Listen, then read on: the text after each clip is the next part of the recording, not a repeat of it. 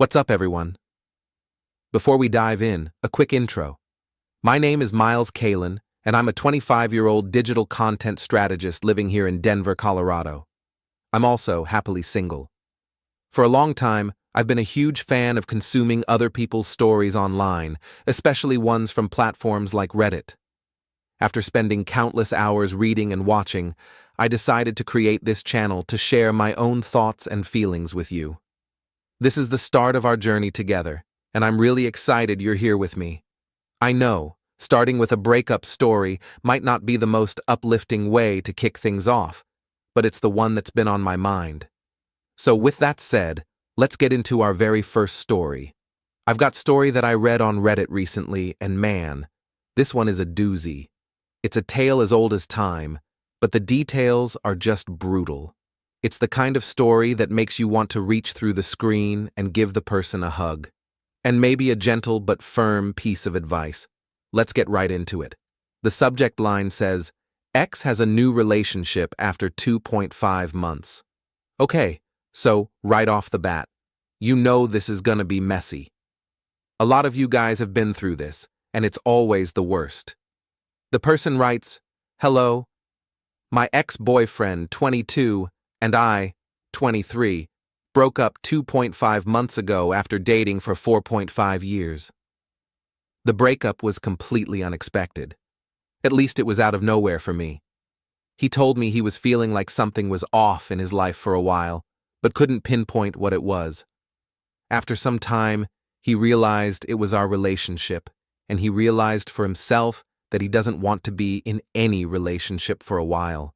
He told me he doesn't know why he felt that way, since the relationship had no problems, was not toxic, we didn't have any fights, and since I was a good and amazing partner. Ultimately, he told me he had to end the relationship because he became emotionally unavailable, is not mature enough, and is struggling with mental health, and has no capacity for another person, and wants to look after only himself and pursue his other goals in life before getting into another relationship. He described it as the best first love someone could ask for, and that he still loves me and believes that it's right person, wrong time. He ended it via text without any indication prior to that day, so it really shocked me and put me in a place of shock for at least 2 weeks. My goodness. Okay, let's just pause here for a second. This is the classic breakup speech. The "it's not you, it's me" speech, but on steroids. He literally checked off every single box in the how to end a relationship without being a villain playbook. He's emotionally unavailable. He's not mature enough. He's struggling with mental health. He needs to focus on himself. And the cherry on top, the right person, wrong time line. It's an emotional get-out-of-jail-free card. He's telling you, I'm not a bad guy, I'm just a broken guy, and our love is so pure that it just couldn't survive my brokenness. It's manipulative and it's a lie. It's a lie designed to make you feel sorry for him when you're the one who's just been blindsided. And the fact that he did this via text after a 4.5-year relationship, that right there tells you everything you need to know about his maturity. You don't get to spend half a decade with someone and then dump them with a text message. That's just cowardly. Okay, let's see what happens next. A month went by, I cried a lot and tried working through it, and we met up to exchange our stuff. We talked for a while. He told me he was feeling better and has more motivation to go out and try new things. He told me he's feeling better because he only has to look after himself now, but that it still was hard for him to end this relationship and that he cried a lot, but realizes that he needed to do it. I also asked him if other people were involved in the breakup, and if he was seeing someone else. He said no, and that he's not looking for a new relationship. See? He's still selling the story. I'm feeling so much better because I'm finally focusing on me, and it was the hardest thing I've ever had to do. He's putting on this act to make you think he's a poor, misunderstood soul who just had to make a really tough choice. And you, being the loving and empathetic person he described, believed him. You even asked him if someone else was involved, and he lied directly to your face. He said, no, and I'm not looking for a new relationship. And then, BAM. the other shoe drops. Yesterday, 2.5 months post-breakup, I saw that he already has a new relationship. I asked him about her and he said he didn't know her during our relationship, which means he knows her max, 2.5 months, and that everything with her happened unexpectedly, since he wasn't looking for a relationship, and that he's going into it without much expectations. I just answered him, that's it's sick, and that 2 months prior, he told me he was emotionally unavailable, not mature enough, and mentally too unwell to be in any kind of relationship, and now he's suddenly healed for a completely new person. He told me he's sorry if that's insensitive or whatever, and I told him, I don't need your sorry, you just lied to me. Anyways, I guess I'm just searching for insights, opinions, and general comments about my situation. I'm quite distressed because I'm still trying to work through it, and can't even think about being with another person after such a short time, and now I know he's out there being with a new person and doing all the things we have done together not even 3 months ago. It's weird, really. My take on this first, I need you to know that your feelings are 100% valid. What he did is completely sick. You're not being dramatic or overreacting. He put you through emotional hell and then had the audacity to lie to your face about it. Here's the honest truth, and I know it hurts to hear, but you need to hear it. He didn't break up with you to work on himself. He broke up with you to pursue a relationship with someone else. This new girl, the one he wasn't looking for. She wasn't just some random person he met last week. This is an all too common scenario. He was likely talking to her or met her before he ended things with you. He was testing the waters, and once he felt confident that he had a shot with her, he pulled the trigger on your relationship. The whole mentally unwell, emotionally unavailable monologue was just a pathetic excuse to leave you without looking like a jerk. It was a way to make the breakup easier for him, not for you. And his responses, everything with her happened unexpectedly, and I'm going into it without much expectations, are just more lies. He's trying to make her seem like a temporary thing, a casual fling to lessen the blow to you. But if that were true, why would he tell you about it? Why not just keep it quiet? He's probably still trying to manage your feelings so you don't call him out for the liar he is. Think about it. He told you he couldn't be in any relationship, but here he is in a new one just over 2 months later. That isn't healing. That's just a new bandage on an old wound. He never took the time to process the end of your relationship, and he's not mature enough to realize that. Instead of facing his feelings, he just jumped into something new. He is not a right person if he lied to you, discarded your relationship via text, and immediately moved on. The person he's with now is not the right person either, because he started that relationship on a foundation of lies. He's not suddenly healed, he's just moved on to his next distraction. I'm so sorry you're going through this. It's an incredibly painful and confusing situation.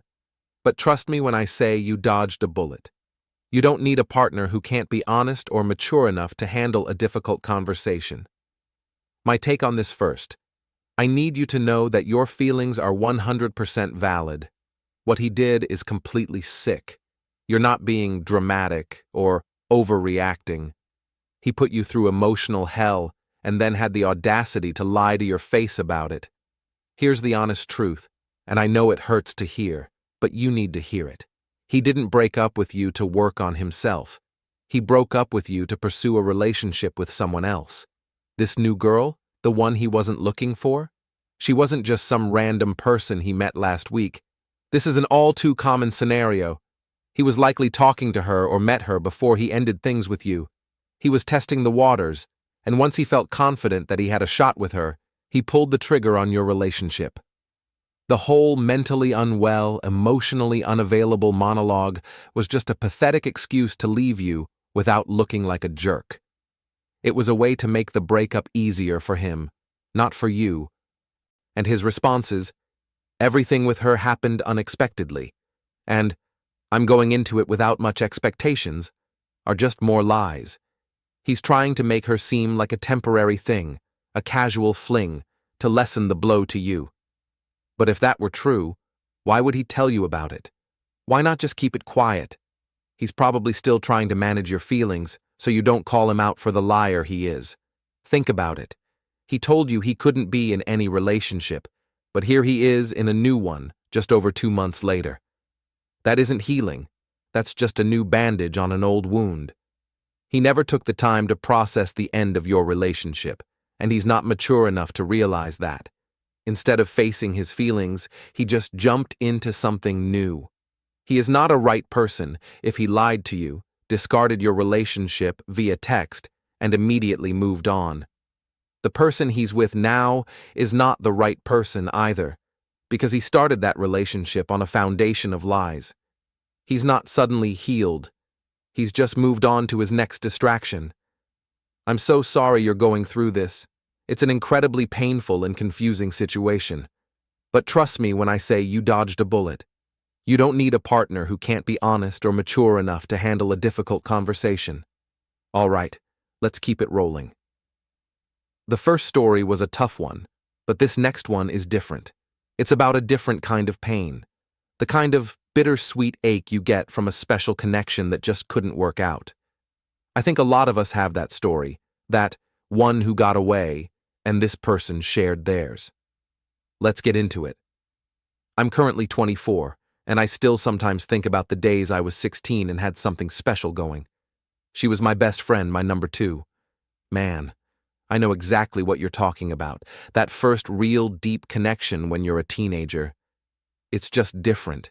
It's so innocent and pure before all the complications of life and relationships set in. And the way you describe her, not conventionally attractive, but the most beautiful person you knew. That's when you know it's real.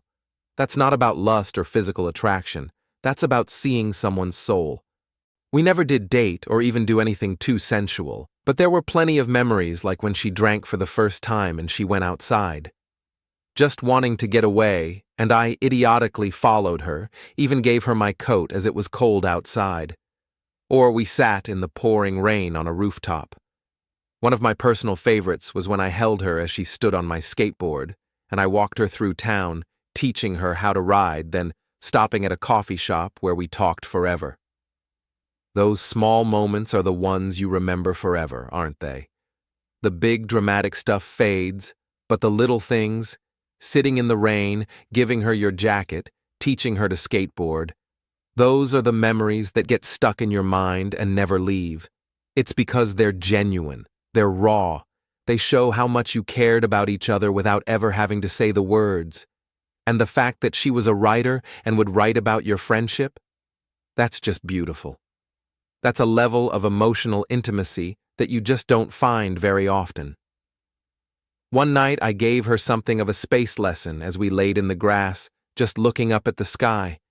I remember once she pointed out Orion's belt, which I previously showed her, and the Big Dipper, and I asked, "Are those the only constellations you know?" in a teasing manner, and she laughed in a very sarcastic, "No."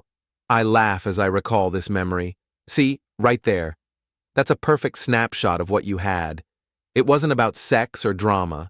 It was about just being with a person and feeling completely comfortable, like you could talk about anything, or nothing at all, and just exist in a quiet, beautiful moment together.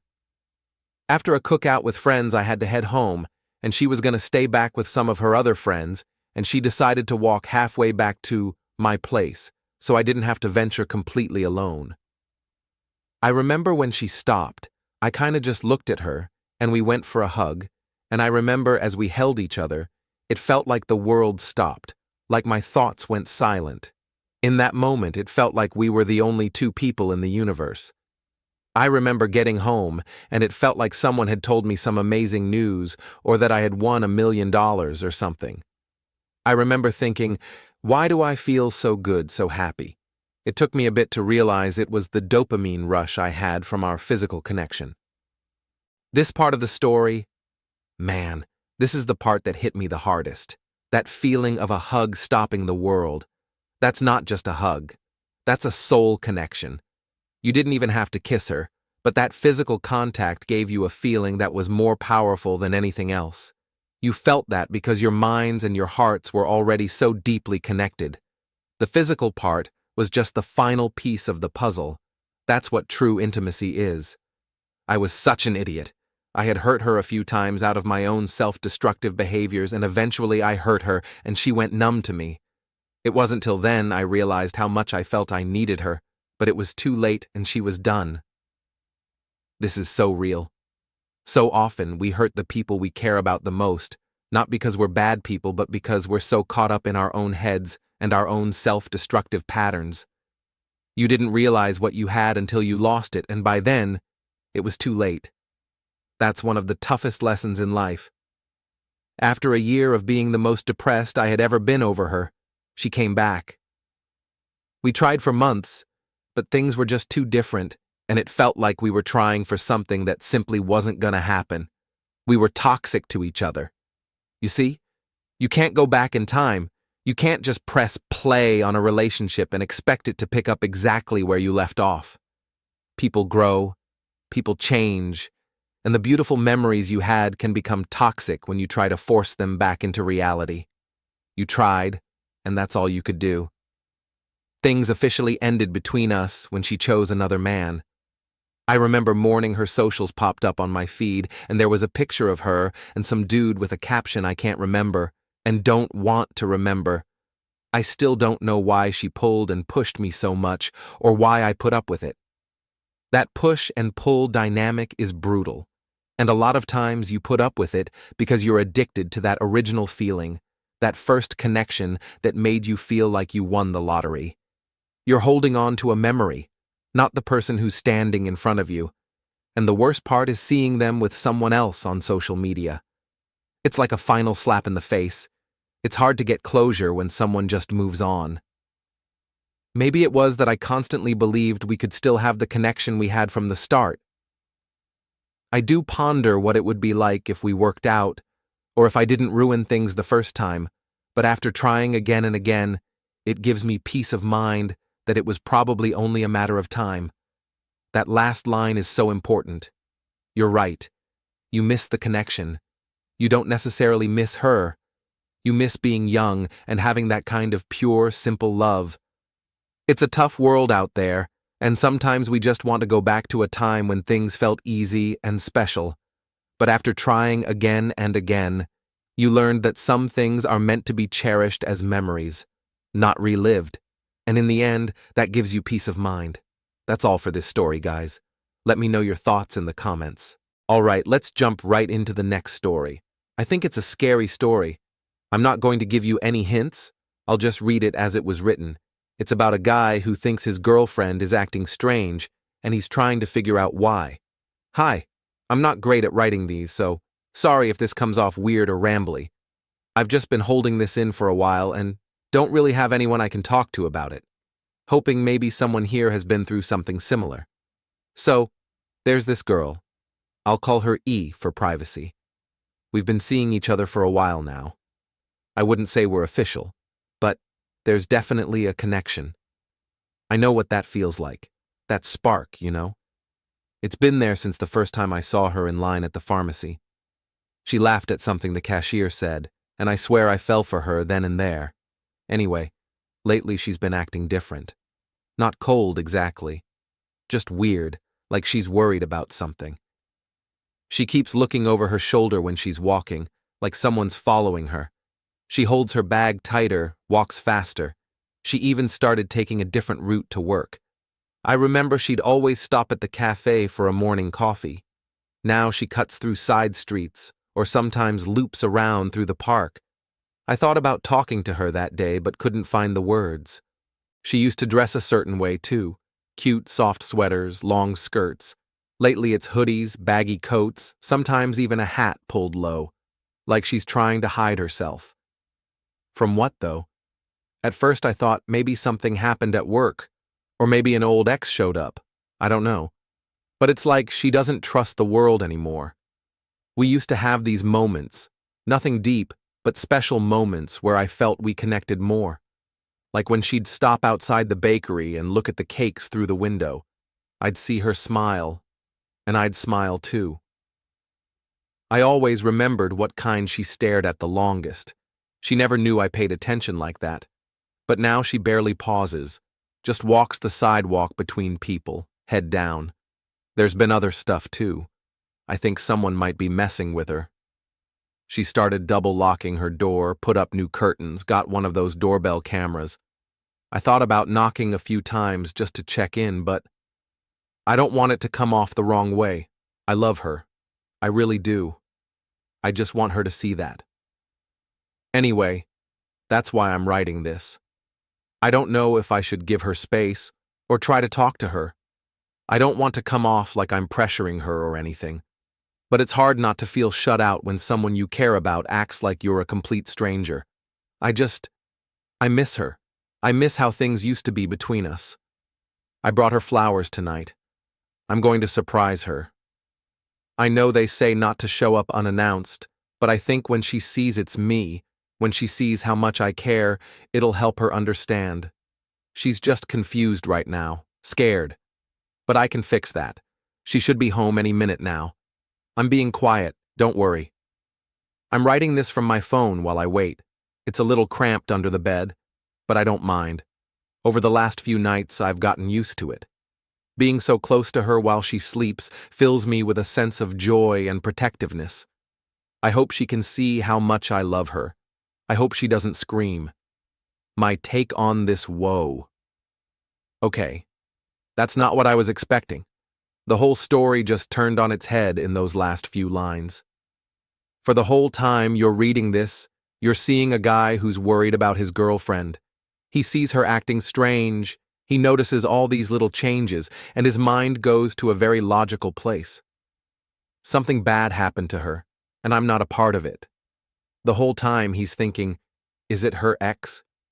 Is it someone from work? Is someone bothering her? And then the reveal. He's the one. He's the problem. He's been stalking her for the last few nights, hiding under her bed, waiting for her to come home. Every single sign she was showing, the double-locked doors, the different routes, the baggy clothes, the head down, was her trying to get away from him. What's really chilling about this story is the narrator's mindset. He genuinely believes that everything he's doing, all the stalking, is an act of love. He thinks he can fix her fear, not understanding that he is her fear. His love, in his own mind, is what will make her feel safe. But his actions are what are making her terrified. That's the scariest part of this story, the complete and total delusion. It's not about ghosts or monsters. It's about a very real kind of horror, the kind that can live right next to you. A horror that wears a smile and brings you flowers while hiding under your bed. That's all for this one, guys. So, those are the stories we covered for this video. Let me know your thoughts on them in the comments below, and if you have a story you'd like to share, you can send it to the email address I've left in the description box. We can discuss it together on a future video just like this one. Thank you so much for subscribing and being a part of this community. I'll see you next time with another incredible story. Until then, take care.